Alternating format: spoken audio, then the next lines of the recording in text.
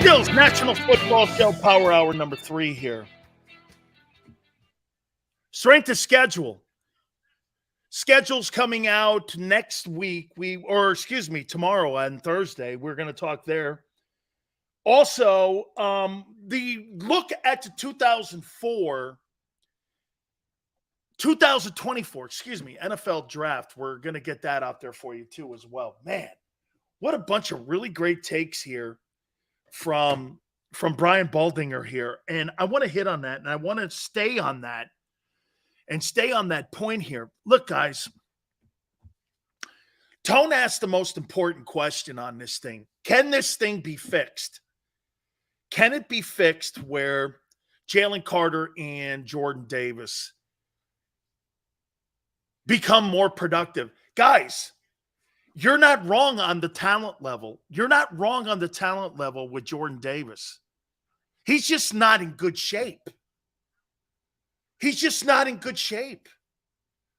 But this has been something that's been ingrained in him since he was a Bulldog. And Tone asked me, he goes, can it be fixed? Tracy Rocker's got to be the one that says, hey, you had 18 guys behind you. You had Walker. You had all these other guys, Wyatt. You had all these great players that you were playing next to at Georgia, and you didn't have to go 30, 40, 50, 60 plays like you do in the NFL. You got to be in better condition. And so Tracy, having been a pro himself, this is going to come from him. This is all going to be on preparation and getting these guys prepared to play in the NFL. Jordan Davis's biggest problem that he had last year was getting acclimated to the game and what's expected of him and how he prepares for the game. That's his biggest issue. It's not talent. This is a good thing. This is a good thing because eating and conditioning and nutrition, in my opinion, this is fixable. If a guy doesn't have the talent and he can't pass rush or he can't do any of this other stuff, then we got a problem here. But that's not what the problem is. The Georgia program does not prepare guys for the National Football League. Wow. I never thought I would say that. That the NFL, when you look at Georgia Bulldog football, they don't prepare you for the league because they got so many guys. They have too many guys. Okay, they do. Davis was so out of shape from his 200 snaps all season. Our run game went down the toilet. Arthur, he's out of shape. Stop making excuses for people who can't put down the White Castle burgers. He's out of shape. Jalen Carter's out of shape. What are you talking about here? Stop making excuses for failure. Jesus criminy, man. You're making an excuse for a guy's failure instead of addressing it and fixing it and enabling it. Get his ass in shape. Very fixable. You got to, hey, and Twiz, I'll tell you this. When you play a 12-game, 13-game college football schedule and you get into the National Football League and you're playing 16, 17, 18 games, you feel it. It is the rookie wall. When you're around that 12th game, it is a rookie wall. It's a rookie wall. Okay? Yeah, you're right. Arthur, you're right. He was in great, phenomenal shape, and so is Jalen Carter. They're in great shape. Okay, whatever, dude. He's over 300 pounds, losing 20 pounds with professional trainers. As a professional athlete, over 6 months is nothing. Yeah, but it's not just that, JM. It's week in and week out, making sure you're staying. He's never been on a routine to stay in shape. This has got to be a lifestyle now. This has got, hey, losing 20. JM goes, he lost 20 pounds in 6 weeks. So what? That's not a lifestyle. You've got to live that lifestyle. You've got to be prepared. I'm telling you guys, you don't know what you're talking about. When I got into my 12th game and I go into the 13th and 14th week of the season, I'm telling you, you feel it. Your arms, the practicing alone. Back then, it was more physical practices, even during game week. You're sitting there going, holy shit, man. There are times you can't even raise your arms. I had a knee scope. I had my elbow scope that broke my hands. I broke my jaw.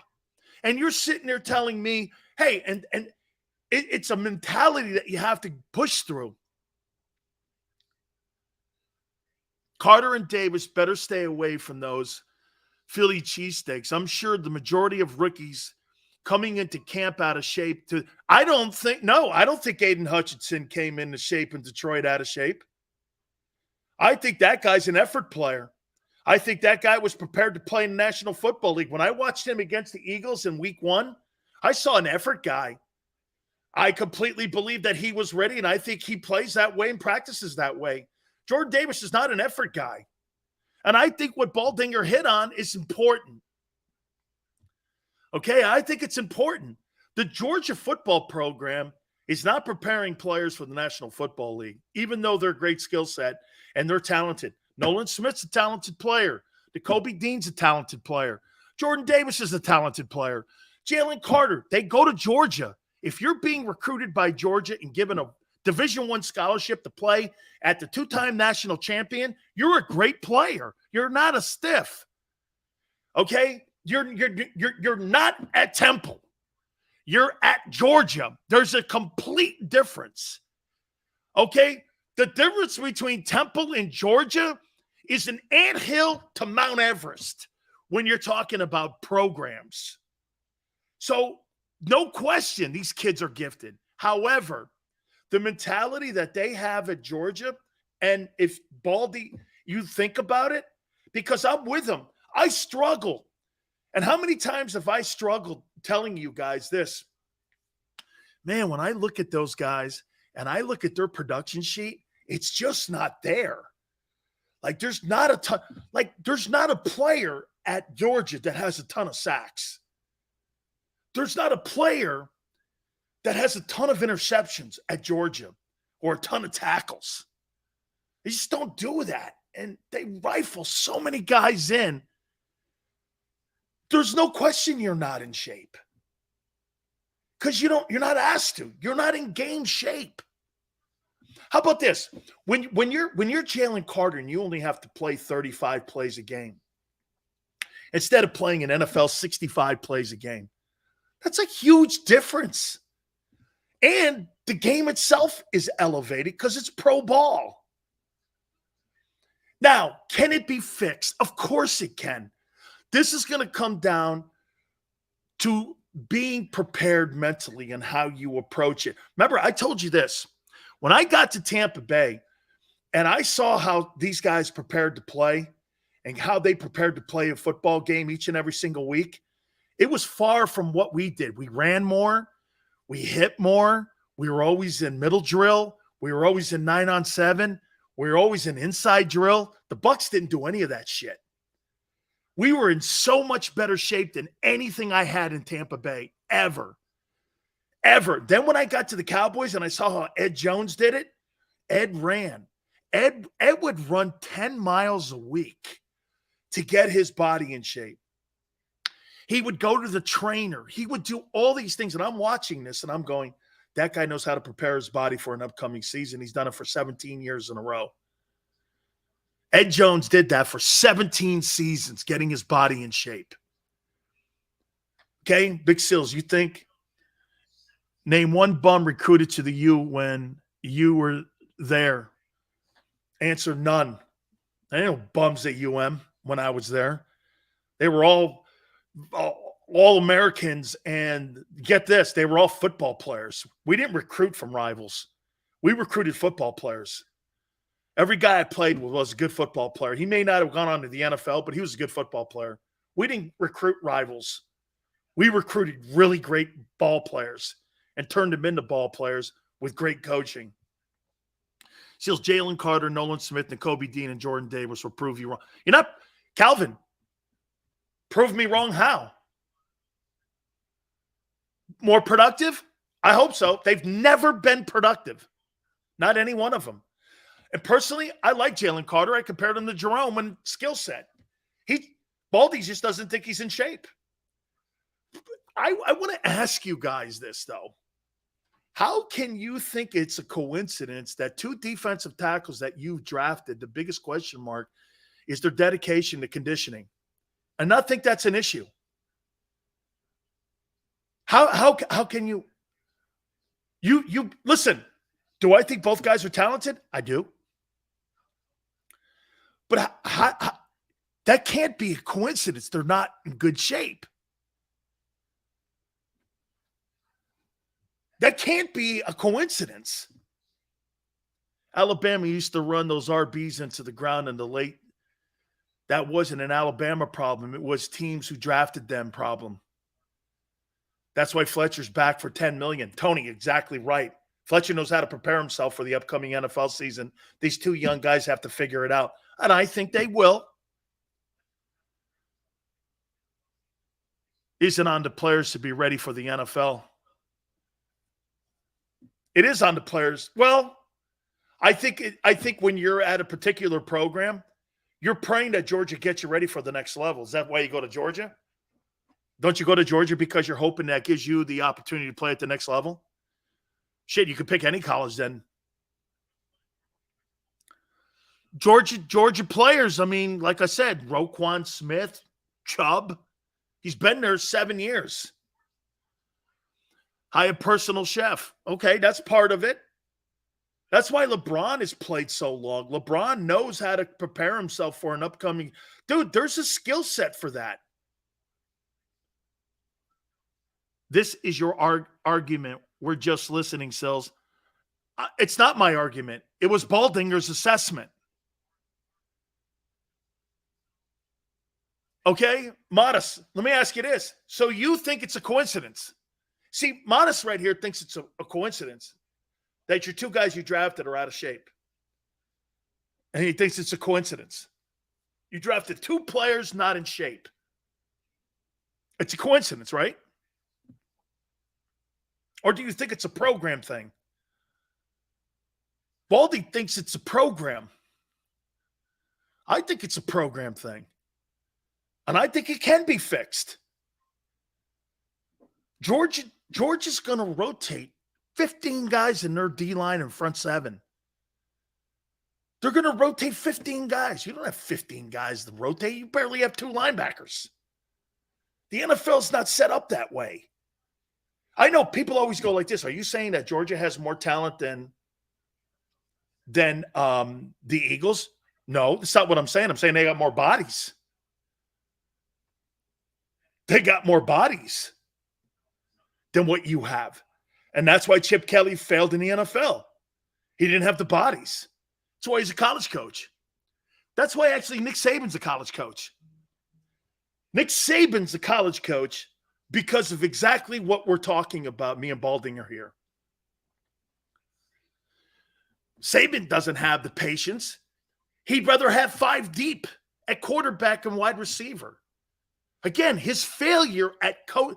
This is Hey, Tone, think about this, man. Batman goes, come on, man. Wait a minute. Okay, so what would you think would be the excuse then, Batman, on why you two guys have conditioning issues? Come on. Okay, I'm open.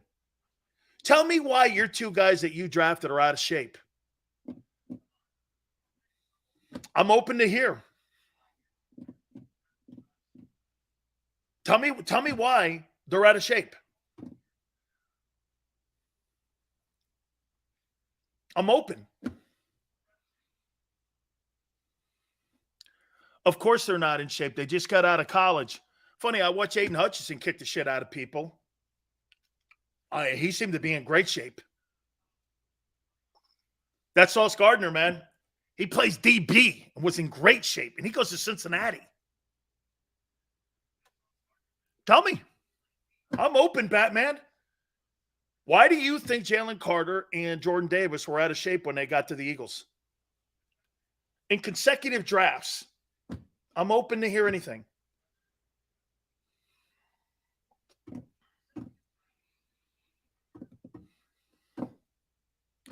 It's a fixable deal, though.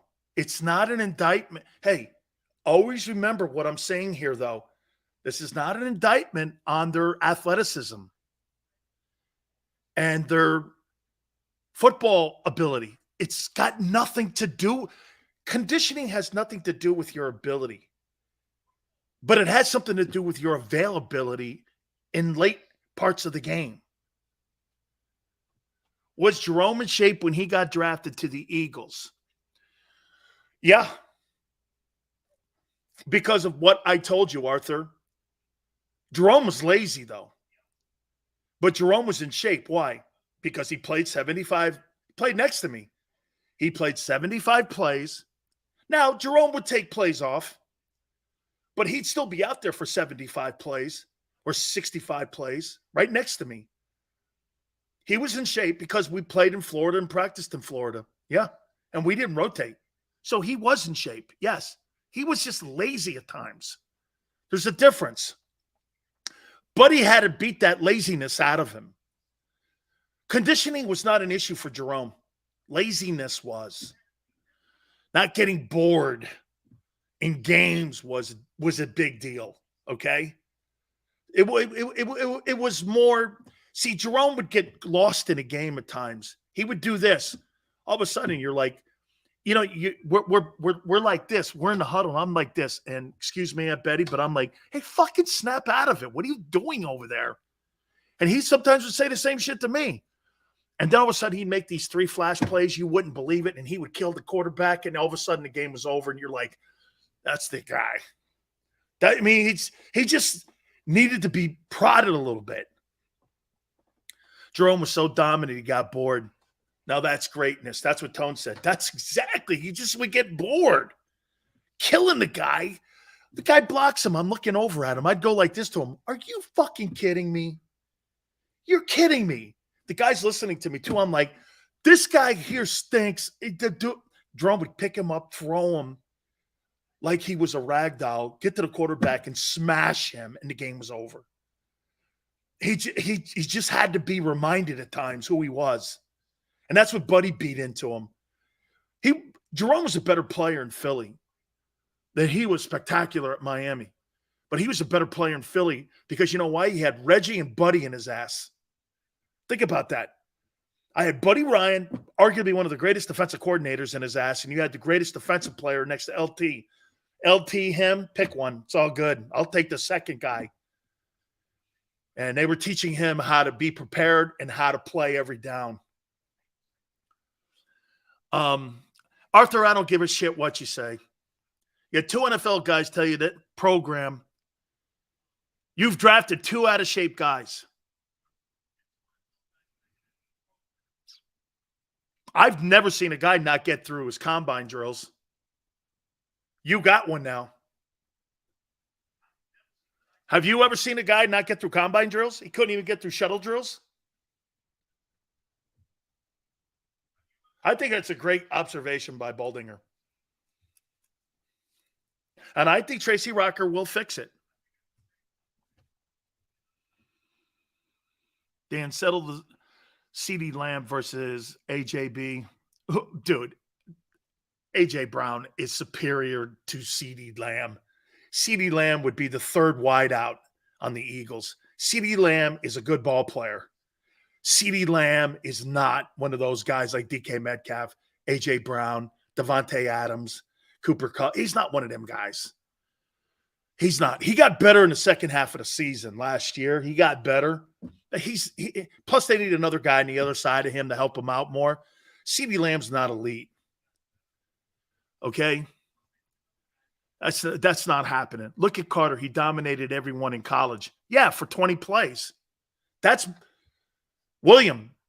Nobody's ripping his ability. Are you not listening? Nobody's saying he sucks. Where did you hear that? Where did you hear that?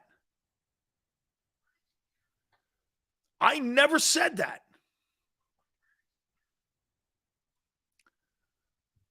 Rocker didn't fix Davis last season. How's he going to do it with someone with more issues than Carter? Jordan Davis wasn't asked to start last year. You had Javon Hargrave. You had $30 million in 2 tackles, $14 million in Fletcher, $13 million in Hargrave. If you pay him, you play him. He was never going to start. So they felt they were going to gradually put him in the rotation. He was never going to be a starter in Philadelphia last year, Jordan Davis. Now he has to be. Now he has a different role here. You were never going to have Jordan Davis start last year. Okay?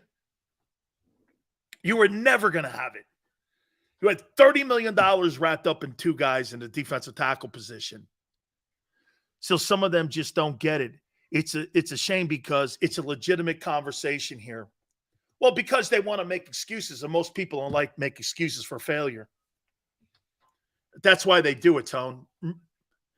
Most people in life, I would say 75% of people in life like making excuses why their life sucks or why things are not the way they want to see it, and they want to hear what they see. You know what I'm saying? So it's common. I get it. That's why there's more people in the stands than on the field. Is because they make excuses for failure. Davis is the guy. He has to show up. I think it's now that I just think it's getting in shape. Hey, wouldn't you rather have me say this? Hey, Davis just has to get in better shape and he'll be a better player this year than saying this. I don't think he'll ever be who he needs to be.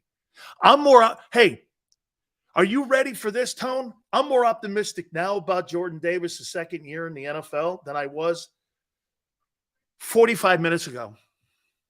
I'm more optimistic that he could be a better player. And yet you looking at this like this is a shit segment and I'm shitting on him. That's not true. I actually think it's an epiphany. You look at that as a negative. You only learn from failure and things you're doing wrong, not from being a front runner. This, to me, is a good thing because now I know he has a higher ceiling. Maybe he can be Fletcher Cox. And one more time, I think that's another reason they paid that dude $10 million and brought his ass back. I mean, I am more optimistic now about Jordan Davis and his ability in his second year to be a better ball player after having a conversation with Baldinger and what they don't do at Georgia, which is condition these guys enough. And I don't mean running laps around a track. I mean game reps. You don't play enough game reps to be in game shape. Jesus Christ. Hey, how do you not make sense of that? How are you not? If you don't have game reps, how are you in game shape?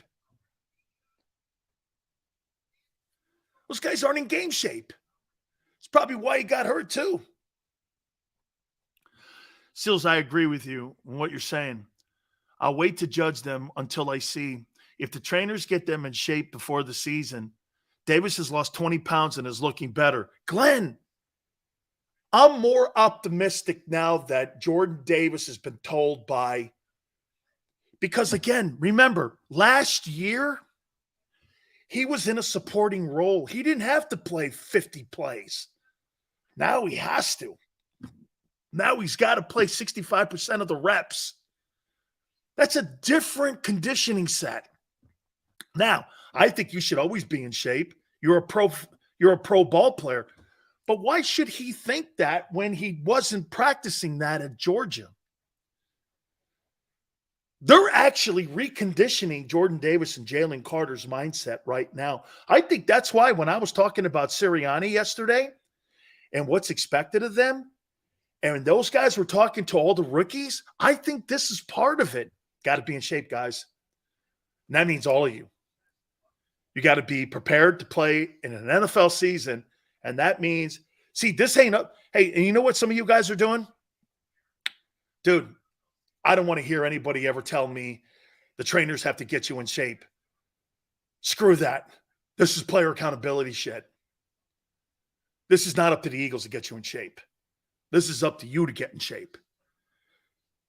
This is up to you on how great you want to be. A trainer can't Trainer can't do any of this for you because the lights aren't on, nobody's watching, and you got to be sometimes by yourself running in the rain, in the dark, in the morning, at midnight, running on the road, running when no one cares, running when no one's watching. This is about you. This is about dedication. Now, again, it's not an indictment on their character. They didn't do this at Georgia. I don't think it's a coincidence that two guys were out of shape when they got to Philly. I think that's more of a comment on the Georgia Bulldog program. By the way, I'm going to tweet that out at Dan Sileo Show. Georgia does keep these guys in good game shape, especially their big fellas. It just can't be a coincidence that the 13th and 9th player taken in the NFL draft, the number one issue is dedication to conditioning. I mean, look, you could say this about Jalen Carter. His decision-making, sure. Had nothing to do with his ability, though. And one more time for the record, nobody's saying that these guys aren't good ball players or not athletic or not talented. I mean, I'm actually more optimistic. I'm actually more optimistic. I thought that was who the kid was going to be.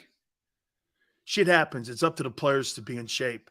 It's not college. It's the NFL stands not for long. If JD doesn't show up, it won't be good for him. That's correct. Agreed. How he double dipped on another Jordan. No, it's not a bust. They're not bust. Okay? Sales, Cowboy fan told me Jalen Hurts needed to throw the ball better in the Super Bowl. I thought Jalen Hurts was sensational in the Super Bowl. This is what I would say. Philadelphia, someone needs to tell the Cowboy fan that Dak Prescott needs to throw less picks and win some significant games. And before they start talking about doing anything significant, try getting to an NFC title game. That might help. Sales, who's starting at right guard? I think Jurgens gets it, Breed. I think he gets it, okay? Carter and Davis are getting paid $4 million a year, serious money. Well, I also say this to you. Sometimes that money clouds the whole view of everything too, Yale, because the money's great and all, but, dude, you got to go to work. You want that money to keep continuing to come in and direct deposit every Tuesday? You can't be looking at that going like this, hey, I was the 13th and 9th player taken, and think that money stays there forever. It doesn't. Your whole world comes crashing in when you get blown out. Trust me. It ain't funny, man. You got all the money in the world. Shit, man, my whole life came crashing down inside of 18 months. All the shit that I had done for years. Stupid shit. 18 months. Okay? 18 months. You're right. NFL stands for not for long, dog. Okay? Trey Lance could cause, hey, Sills is right. Cowboy fan. Dude, Cowboy fan has been delusional for 28 years. 28 years he's been delusional. Okay? 28 years. I find that,